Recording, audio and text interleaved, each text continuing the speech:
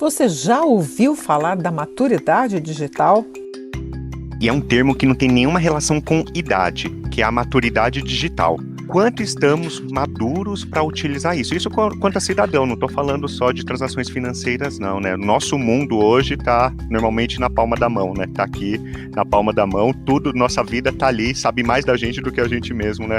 O celular. Então tem esse termo que é a maturidade digital, que não tem a relação com a idade, tem o desconhecimento que pode ter alguma relação com a idade, mas não é isso diretamente ligado à idade.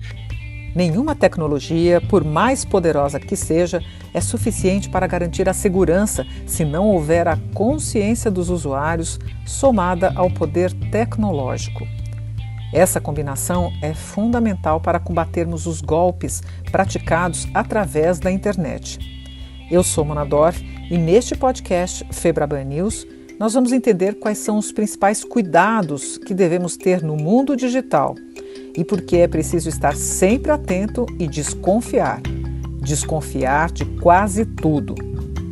O primeiro passo é parar e pensar. Nunca devemos executar comandos automaticamente, sem parar, refletir e repensar a partir de qualquer contato que tenhamos recebido. Os bancos investem 2 bilhões de reais por ano em segurança digital. Esse investimento é para aprimorar ferramentas de proteção dos canais e das operações. Além disso, o setor também tem trabalhado constantemente junto à população na conscientização digital, com campanhas e alertas sobre os golpes. O Bruno Fonseca, superintendente executivo de prevenção a fraudes no Bradesco e coordenador da subcomissão de prevenção a fraudes da Febraban, traz uma dica importante.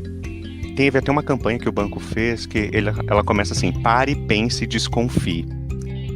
Porque a ação disso, do que a gente deve fazer e o que a gente não deve fazer, ela está muito clara tudo aquilo que o banco faz, o fraudador vai fazer. Ele faz com algumas sutilezas, algumas diferenças ali. Então, o que a gente tem que pegar é exatamente o momento do que está acontecendo, parar, pensar e se realmente acontece. Eu sempre devo checar, após um pagamento de ter os dados, eu sempre devo checar essas informações. Pagamento que a gente realiza ou uma ligação. Hoje os bancos sim ligam para fazer a checagem de transações que estão atípicas à sua transação. Só que os fraudadores, eles usam um termo que a gente vai tirar do técnico da engenharia social. Engenharia social o que é? É um aproveitador que vai pegar um momento seu de desconcentração ali ou de vulnerabilidade para aproveitar. E esse momento que a gente fica de momento de vulnerabilidade normalmente ele explora o medo ou a excitação. Então, se você receber uma ligação, fala assim, olha, teve uma compra de 10 mil reais em algum lugar, opa, já me gerou um medo, já me gerou uma excitação. Então, ele começa a aproveitar este momento para que você execute comandos.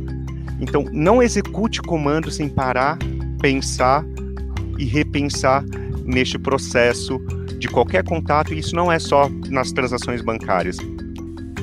Ganância, medo e desconhecimento são 3 fatores de atuação dos hackers aos quais devemos ficar atentos, lembra Carlos Brant, chefe adjunto do Departamento de Competição e de Estrutura do Mercado Financeiro do Banco Central. Aqui a gente olha um pouco do medo versus ganância versus desconhecimento. São os principais pontos que se explora ali no cliente, né? O medo, naquelas situações que a gente já ouviu falar, né, de uma ligação dizendo que um familiar seu, ou que um filho, ou que alguém está precisando de dinheiro, está numa situação perigosa, ou sofreu um acidente, né? Então explora o medo da pessoa, tudo isso na psicologia comportamental, né? A ganância ali, você sempre tentando explorar a vontade da pessoa em ganhar alguma coisa fácil, né? Seja um sorteio, seja alguma coisa que você oferece para ela pagar uma quantidade X e ganhar um valor muito superior, e seja o desconhecimento. Então tem um pouco da exploração do desconhecimento. A gente viu muito isso no começo do Pix, né? Onde as pessoas não conheciam ainda como o Pix funcionava, mas o Pix sendo uma novidade, sendo algo que as pessoas queriam começar a utilizar, e aí você via os golpistas ligando para as pessoas e falando, para você cadastrar no Pix, para você se habilitar no Pix, você tem que fazer isso, você tem que passar a informação tal, você tem que passar a sua senha, etc. Sendo que ninguém precisa de nenhum cadastro para estar no Pix como usuário final. Ele pode pagar ou receber sem a necessidade de fazer nenhum tipo de cadastro. Então, explorando aí o desconhecimento. Então, a gente tem que ter essa noção geral, né? As pessoas, de uma forma geral, têm que ter essa noção geral que elas podem ser exploradas pelo medo, pela ganância e pelo desconhecimento, e estar preparada para, quando as situações acontecerem, ela sempre estar ligada nesses 3 fatores e estar preparada para reagir, para lidar, e muito no que o Bruno falou, né? Para e pensa, né? Olha, tem alguma coisa tentando me explorar aqui em termos de ganância, de medo ou desconhecimento. Com esses três fatores, muitas, ou a grande maioria, quase a totalidade das situações de golpe, a pessoa consegue se defender bem. Mas e aquela super oferta da Smart TV dos sonhos? Como não cair nessa tentação? O Bruno, da subcomissão da Febraban, nos mostra o que é real e como funciona a ação do golpista que está tentando nos enganar para pegar os nossos dados. Aquela TV de 70 polegadas a R$2.000 realmente está atrativa. Então já vou lá fazer o pagamento, gerar este boleto e fazer este pagamento. É confiável a empresa? De onde veio? Veio por um e-mail que está pedindo dados. Então a excitação também é outro ponto de vulnerabilidade, que aí os aproveitadores, que a gente chama de engenheiros sociais, eles aproveitam este momento para ir lá e começar a coletar os seus dados. Então, um pouquinho mais para frente, a gente vai falar do Open Banking, né? A importância de saber administrar os dados, que é o momento atual. É isso. Pare, pense e desconfie. Sempre ali você vai conseguir refletir e entender o que é o real do que é aquele que está tentando imaginar o real. Que a falsa central ligando para o cliente para confirmar uma transação que não existe, é isso que eles aproveitam. E nós nunca ligamos pedindo nenhum dado. A diferença, a sutileza está aí. O fraudador liga, inventa uma transação, só que pede um dado para cancelar aquela transação ou obriga o cliente a entrar para cancelar essa transação. O banco já tem tudo, não precisa de nada disso. A maioria dos ataques cibernéticos atualmente é por meio da engenharia social. Essa técnica é a tentativa de ataque em que criminosos usam o nome de uma marca ou organização para enganar o usuário com páginas e mensagens falsas, por exemplo. Perguntamos ao analista de segurança do Google, Ale Borba, como esse tipo de golpe funciona na prática. Hoje o principal golpe que acontece, um dos principais golpes é o golpe de phishing. Né? O que é o phishing? Né? É o termo em inglês para pescaria, e é justamente mesmo, é uma pescaria. Eu jogo a isca, né, que geralmente é um site que simula um site genuíno ou válido, mas com algumas pequenas mudanças, e aí você acaba entrando. Então, por exemplo, vou dar um exemplo bem prático aqui, você tem o www.google.com.br. Se você pegar o Google e os 2 O's, você trocar por 2 zeros, no momento de visão rápida, você acha que é a mesma coisa. E aí se você tem uma URL diferente, com a mesma cara dali do Google, do login do Google.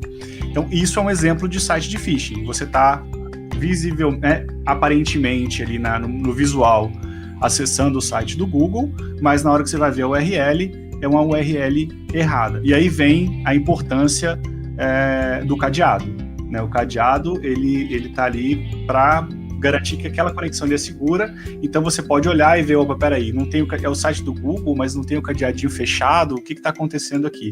Então esse é um dos golpes que hoje as pessoas ainda mais caem, né? Que ele envolve um pouco de engenharia social, que a gente já falou, e ele também envolve essa questão aí de você entrar com o dado num site que não é o site genuíno. O Brasil teve um crescimento de mais de 200% no número de detecção de ataques de engenharia social em 2020, conforme divulgou a empresa de cibersegurança E7. Com a divulgação recente de vazamentos de informações de grandes proporções no país, a tendência é que as tentativas cresçam ainda mais. Por isso, o Ale Borba recomenda atenção redobrada. Redobrar a atenção. Assim, alguém te pediu qualquer coisa, alguém entrou em contato com você por qualquer coisa, seja por um meio, né, digital ou não, verifique essa informação. Eu acho que os bancos batem muito nessa tecla e eu gosto disso particularmente. O banco te mandou uma mensagem, você desconfiou, pega, vira o cartão do banco para trás, liga com aquele telefone que está lá, fala, olha, acabaram de me ligar para falar isso, verifica a informação, né?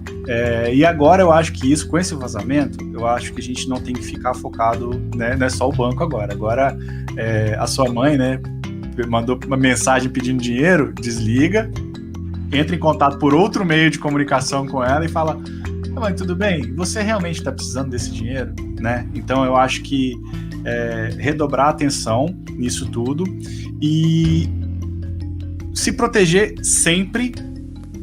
Outra modalidade de abordagem que voltou a ganhar força é o chamado golpe do motoboy.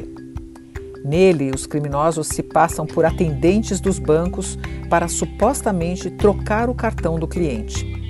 A estimativa é de que só entre março e agosto do ano passado, um grupo criminoso tenha feito centenas de vítimas, principalmente idosos, e movimentado mais de 10 milhões de reais no estado de São Paulo. Adriano Volpini, diretor da Comissão Executiva de Proteção e Prevenção a Fraudes da Febraban, alerta que o banco jamais faz esse tipo de contato com clientes. O banco jamais vai buscar ou pede para você devolver o cartão. Qualquer contato que você receber, que lhe for solicitado, agência, conta, senha, etc., não é o seu banco, desligue imediatamente. Se as pessoas fizerem isso, ninguém cai em golpe. Apesar de ainda enfrentarmos as tentativas de golpes, mesmo assim, o digital traz mais segurança do que frequentar o ambiente físico, principalmente no momento em que estamos na pandemia da Covid-19. É mais seguro hoje fazer a transação digital do que a transação física? Sim. Vamos avaliar os riscos de sair de casa, ainda mais pegando o momento pandemia. Eu vou até a lotérica fazer um pagamento.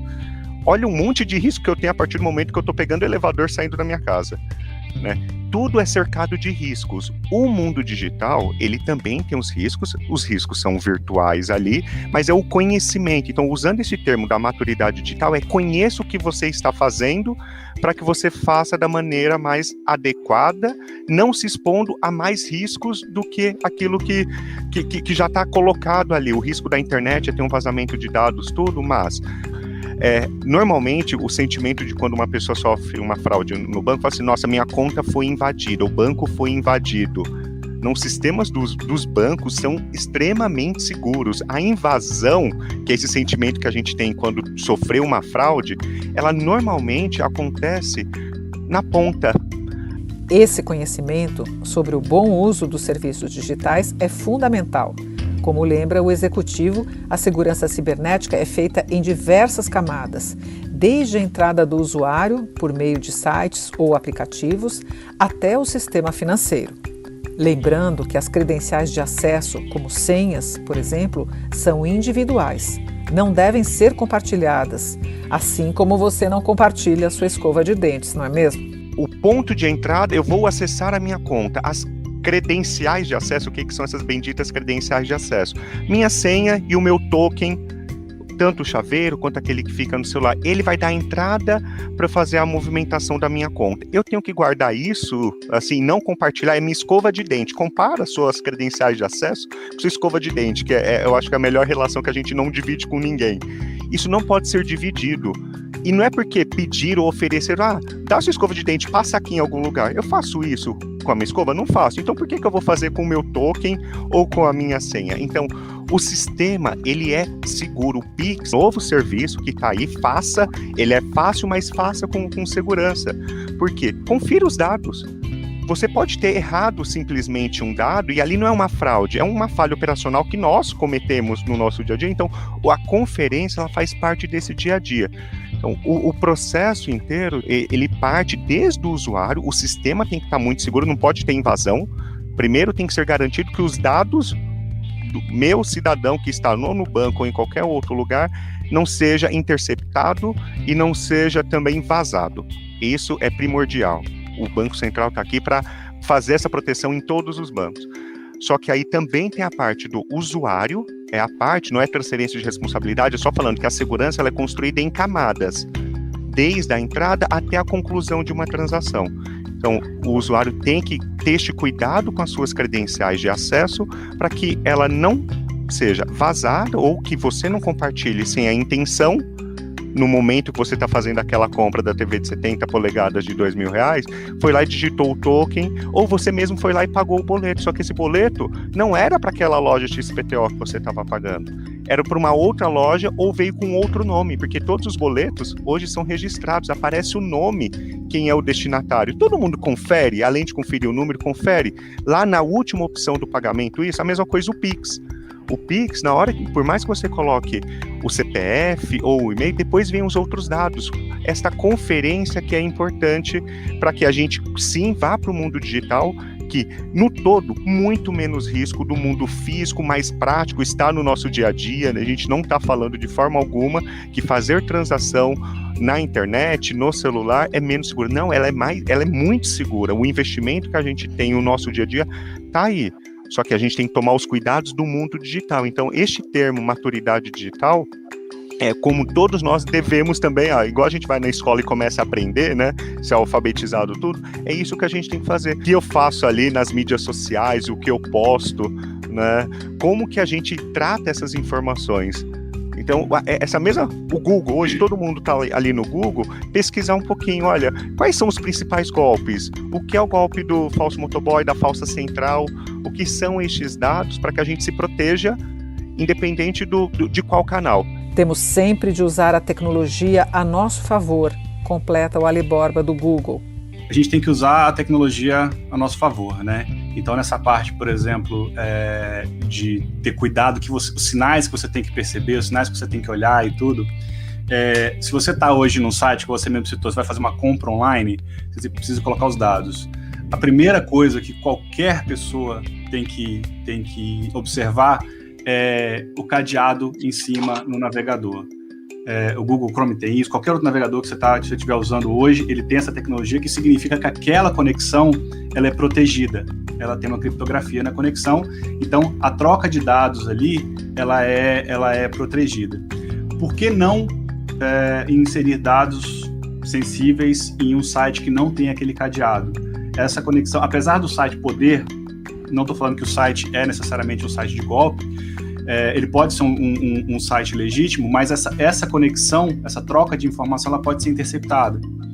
Então, é interessante ali você sempre prestar atenção nesse cadeadinho antes de qualquer coisa. Então, você vai entrar numa loja online, você vai fazer uma compra, observa o cadeadinho ali no navegador, já é o primeiro passo. Lembre sempre de prestar atenção no cadeado, ali em cima, no navegador. O Ali Borba dá outras dicas, como a verificação em 2 etapas, por exemplo, com códigos ou por meio da sua digital. Como que a gente pode prevenir aí, além também de não repetir senhas e tudo?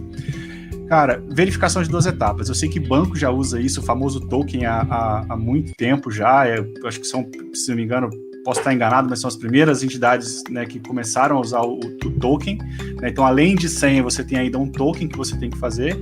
E hoje, eu tô para te falar que assim, praticamente 100% de todos os maiores serviços online hoje das empresas online tem a opção da autenticação de 2 etapas, que a gente chama, né? Ou de 2 fatores, que é você receber um SMS no seu celular, você pode receber uma ligação no celular cadastrado, tem um aplicativo, por exemplo, o Google tem um aplicativo de Authenticator, que a gente chama Google de autenticação, que você pode gerar um código aleatório de 6 dígitos.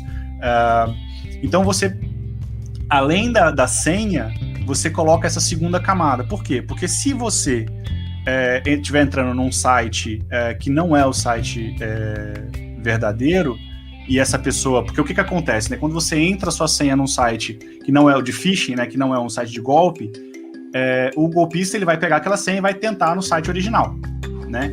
Só que com a autenticação de 2 etapas, ele não vai ter essa autenticação, porque você recebeu, não ele. Então ele não consegue acessar o site original ali, a sua conta oficial. Então é uma forma de você se proteger muito dessa parte aí de phishing e tal, e ter uma camada a mais, depois que a gente chama o segundo fator de autenticação, nessa hora.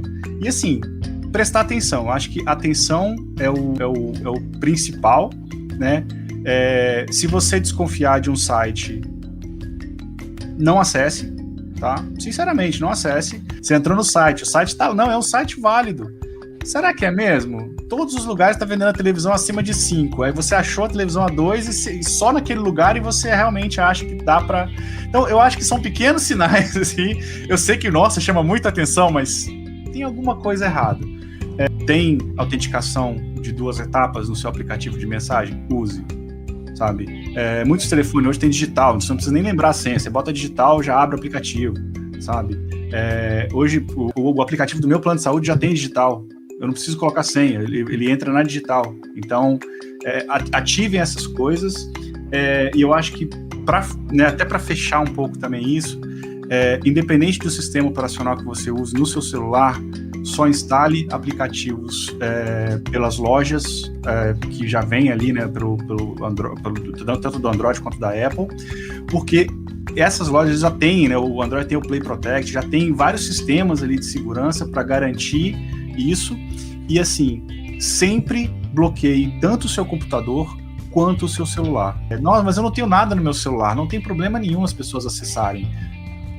O seu e-mail está logado, o seu banco está logado, a sua rede social está logada, o seu aplicativo de mensagem está logado.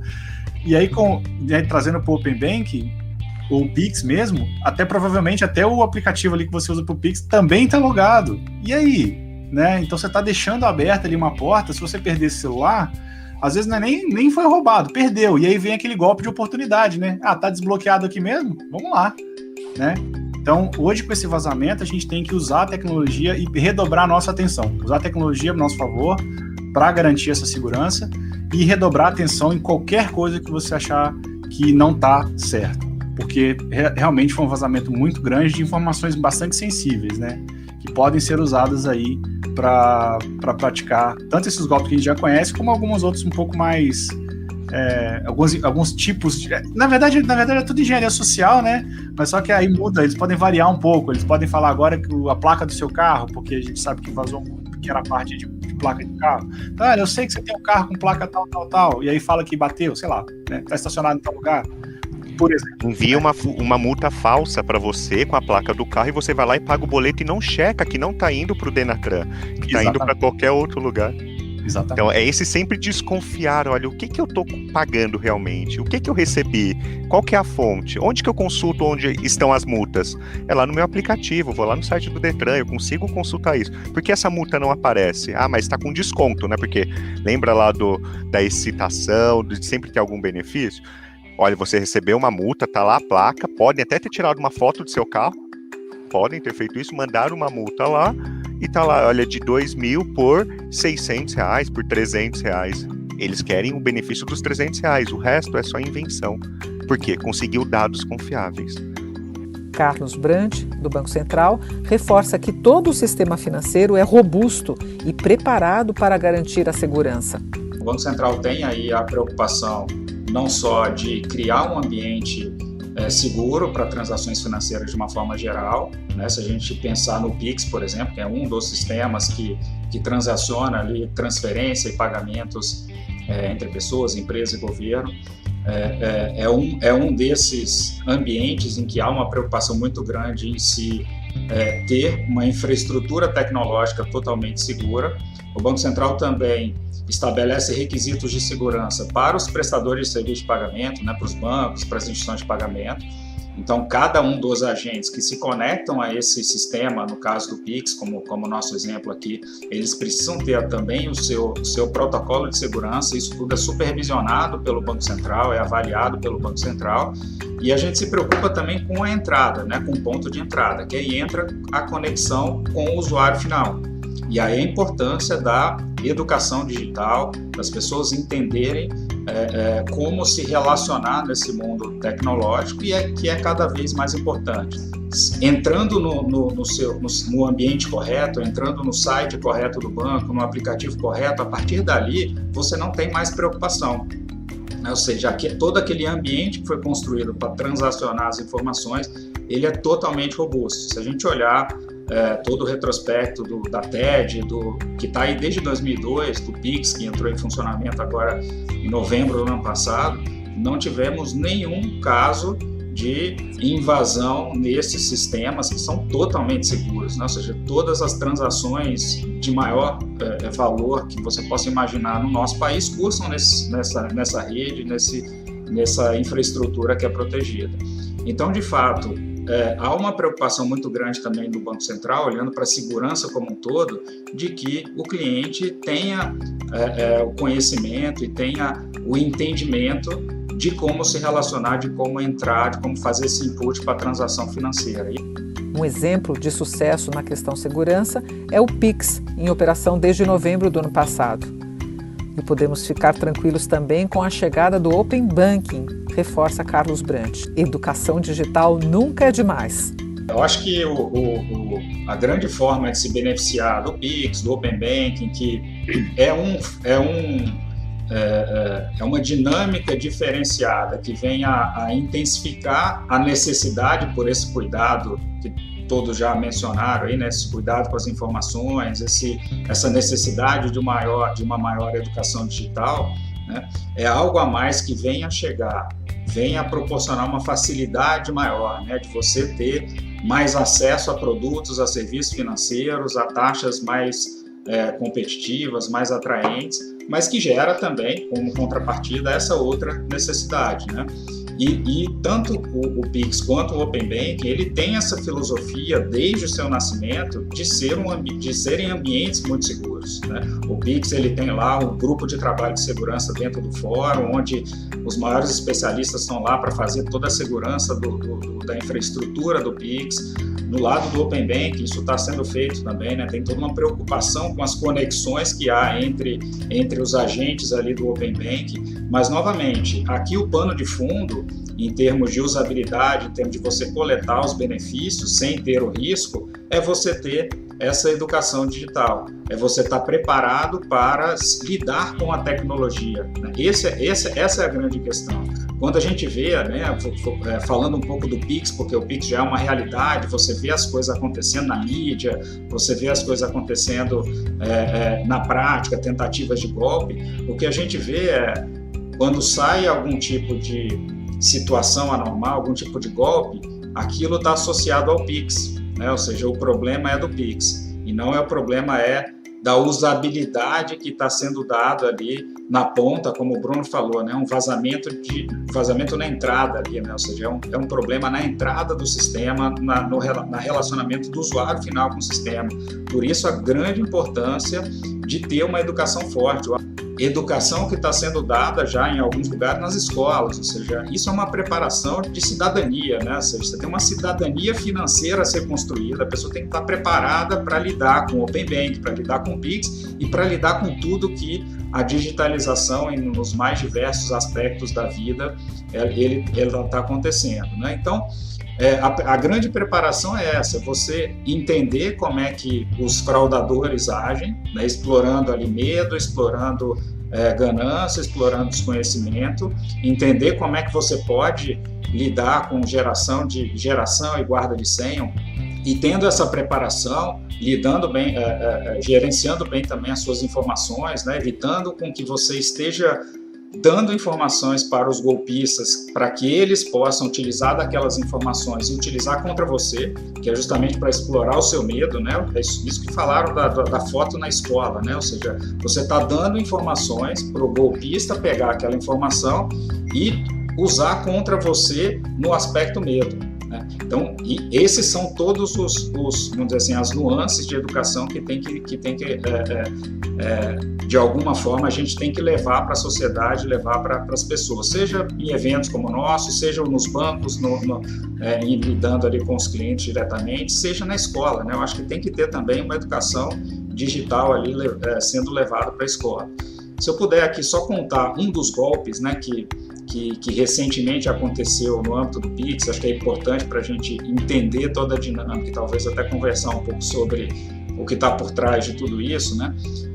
No começo, meados de janeiro, mais especificamente no dia 15 de janeiro, nosso serviço de monitoramento aqui detectou uma movimentação de possível golpe usando uma chave que eles chamam de chave bugada, né? Uma chave Pix que estaria teoricamente bugada. E nessa chave, a pessoa mandaria um valor para aquela chave e ela receberia o valor em dobro. Ou seja, você manda R$1.000 para aquela chave, teoricamente, se eu quisesse fazer uma transferência, por exemplo, para o João, eu mandaria para uma chave específica e como aquela chave está bugada, eu receberia, ao invés de eu mando 1.000 e recebo na minha conta 2.000. Vem um 2.000 na conta. Beleza. Recebemos aquela informação, de imediato já acionamos toda a nossa equipe de segurança, né? Ou seja, foi todo mundo mobilizado para estudar aquele caso, para ver se tinha algum tipo de problema de vulnerabilidade no Pix, na chave, e se identificar qualquer coisa, a gente paralisaria o sistema, daria soluções para que, obviamente, aquilo não se perpetuasse. Mobilizamos toda a equipe, fomos estudar, recebemos um vídeo que supostamente mostrava na prática como aquele golpe acontecia. Chamamos a instituição que estava ali, era o aplicativo daquela instituição sendo teoricamente utilizado, chamamos aquela instituição para, junto com o Banco Central, avaliar aquele caso especificamente, analisamos inclusive a integridade do vídeo, para saber se não tinha montagem no vídeo. O vídeo é íntegro, estamos aqui olhando o que estava acontecendo ali no vídeo. A pessoa, né, o golpista, pegava o telefone, entrava no aplicativo, selecionava aquela chave, mostrava a chave e falava: a chave é essa aqui, tá? A chave é essa aqui que vocês têm que mandar, porque é essa chave bugada que vai te dar o valor em dobro. E a chave, obviamente, direcionava o valor para a conta dos golpistas, né? Porque tinha outro golpista junto ali. Mas, enfim, ele mandava R$1.000 para aquela chave. E, em seguida a mandar os R$1.000, ele mostrava o saldo dele, né? E o saldo realmente dobrava de valor.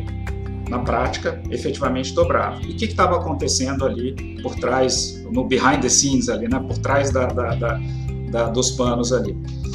Tinha um outro fraudador, um outro golpista que estava junto com ele e que na hora que ele fazia aquela transação, e aquela transação era uma chave para ele mesmo, né? Ou seja, direcionando para ele mesmo, esse outro golpista mandava esse mesmo valor para a conta dele. Então ele manda R$1.000, como ele está mandando para ele mesmo, a transação não vai, ele fica com os R$1.000 na conta e uma outra pessoa transfere R$1.000 para ele, que é a outra pessoa que está ali, parceira dele no golpe. E aí aparece os R$2.000 ali de saldo ali. E as pessoas olham aquilo e falam: pô, é legal, vou passar aqui uma transferência para essa chave e vou receber o valor em dobro, né? Achei uma mina de dinheiro aqui. Então, assim, chegamos então à conclusão que não tinha nenhum problema no Pix, o problema era de engenharia social, e as pessoas começaram a cair nesse golpe, ou seja, as pessoas começaram a ver aquilo e falaram: pô, legal, vou transferir para essa chave, porque daí eu ganho meu valor em dobro, só que ele estava transferindo dinheiro para o golpista.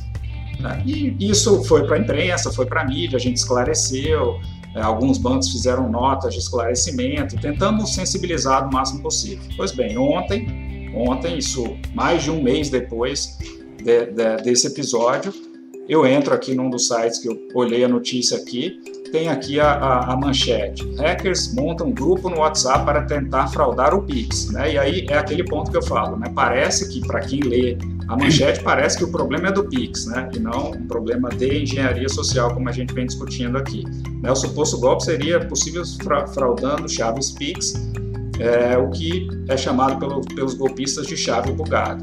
E aí tem um grupo de WhatsApp que tem cerca de 250 clientes, onde os estelionatários, né, que tentam ali seduzir os clientes, eles fazem exatamente o que a gente descreveu aqui. E mais, eles ampliaram aí assim, a relação entre o que a pessoa entrega para o que a pessoa recebe, justamente para aumentar ainda mais aquela sensação de ganância que a gente comentou aqui, né? Agora ele teoricamente passaria, né? Tem valores tabelados, inclusive nesse caso aqui. Então, teoricamente, ele passa R$10 mil para aquela conta e recebe R$100 mil, ou seja, eles aumentaram de 2 vezes para 10 vezes, justamente para as pessoas ficarem mais...